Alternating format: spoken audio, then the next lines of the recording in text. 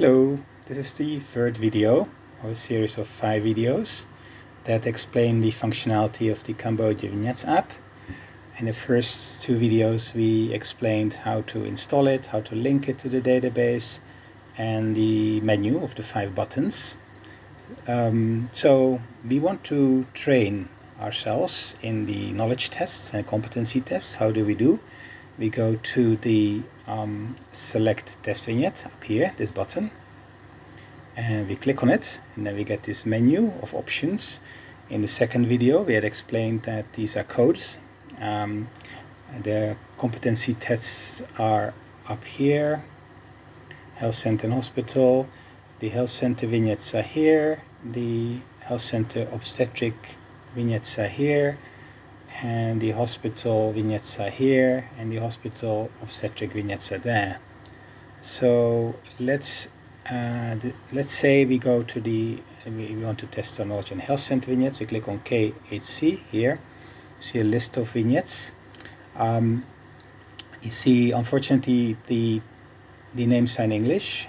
We cannot translate them in Khmer. That is due to the database.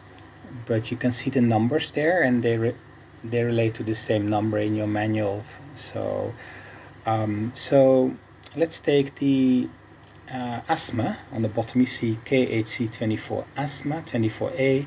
This is the asthma, suspected asthma vignette. Let's click on it and see what happens. You see welcome screen. Click on continue, and there's two questions coming here, and they're really meant to ensure that we are really in the right place, right? And so it asks you whether this is a training vignette. If this is a training vignette, then select training. Well, we are doing a training vignette, and so we will select training, all right? And so we clicked on that. Now there's a second time there. It really asks the second time, same question, warning, second time. Is this a training vignette? If this is a training vignette, in that case, please select training. Yeah, so training for training purposes here. We want to do that, so we select that. Now, why, and let's go back for a bit, why are we doing that? Just to ensure that, theoretically, an assessor can go for an exam, but forgets, chooses the wrong button, goes into the test area instead of the exam area, and thinks is doing an assessment for an exam, but it's actually in the test section. So that's why these 2 questions are there, to ensure that the assessor is really doing that the assessor is in the right place, or if you are a health worker, that you're in the right place, that you're doing a training.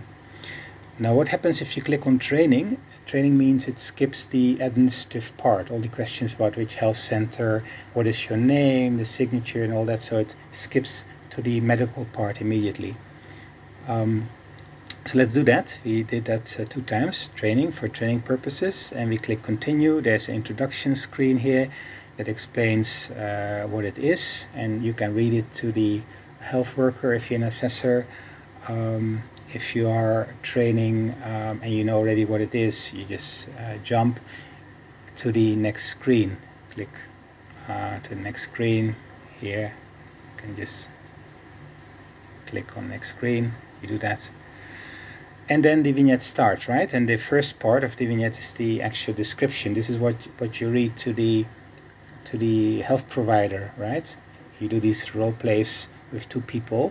Also, when you test your knowledge, you use a colleague or somebody else.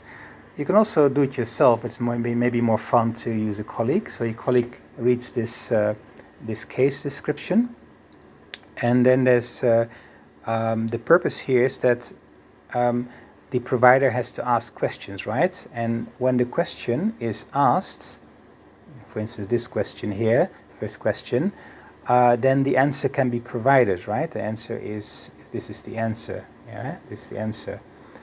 If the question is not asked, so if the question is asked, you click it's asked, and then you read the answer. Now, let's say the provider forgets to ask the question, then you click provider has not asked the question, right? And then you move on. You see on the bottom that's this question is worth 2 points. Anyway, so it's basically just clicking on questions that are asked, right? And let's click on all, let's say assume all of them have been asked. This is the history section. You can scroll down. You can scroll down, history section, and quickly click on all of them. And you see at the bottom, there's 20 points. If you recall, every section has 20 points. And if you, let's say here, I click not asked, you see there's 19 points. Yeah, and there's 18 points. So it just calculates. There's no need, you don't give that feedback now to the provider. You can do it at the end of the role play, the vignette. But this sort of scores all the possible questions that can be asked. All right. Now, how exactly this works, how to do good role play, that's the subject of the 5th video. We just quickly show you how to enter data. So let's move to the 2nd section. That is the treatments. Sorry, this is the laboratory and physical exam part. Here, the assessor or somebody who's playing the assessor is just knows all the answers, right? So then the doctor, health provider, the nurse asks questions about temperature, blood pressure. They are asked. And by the way, an interesting functionality is if you click here on the button. Here, continue. Let's click on that.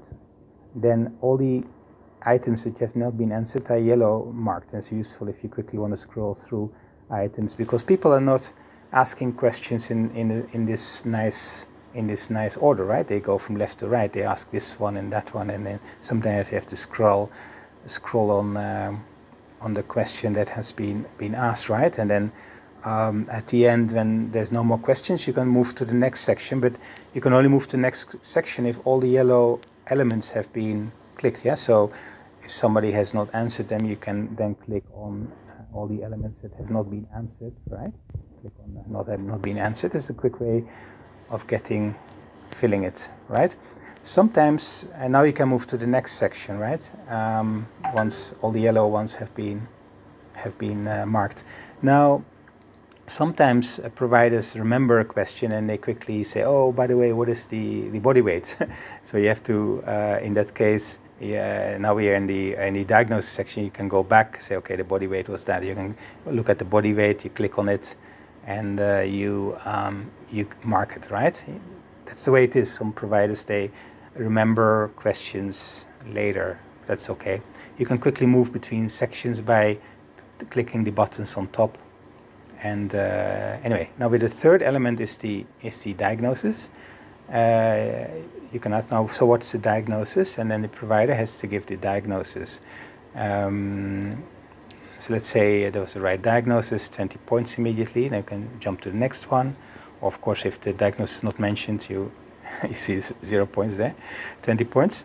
Then there's the treatment. So the provider has to give the elements of the treatment. So let's say, assume they're all given well, and all of the items that are mentioned are clicked. This is 20 points. You can move to the next one. The final section is about the explanation to the patient, very important thing.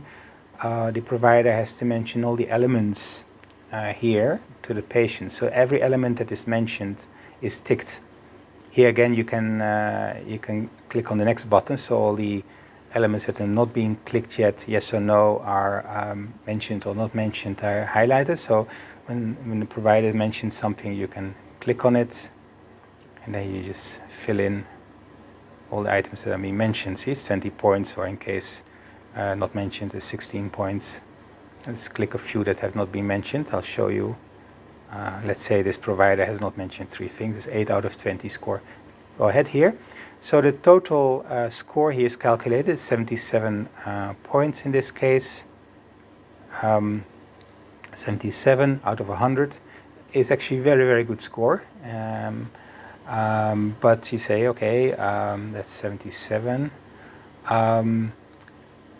In fact, at this moment when you mention that, you can go back and fix things. You can't provider cannot say, oh, by the way, you have to go back. And I mean, of course, this is a training situation, but this is also meant to test people's recollection of these questions and items related to this condition.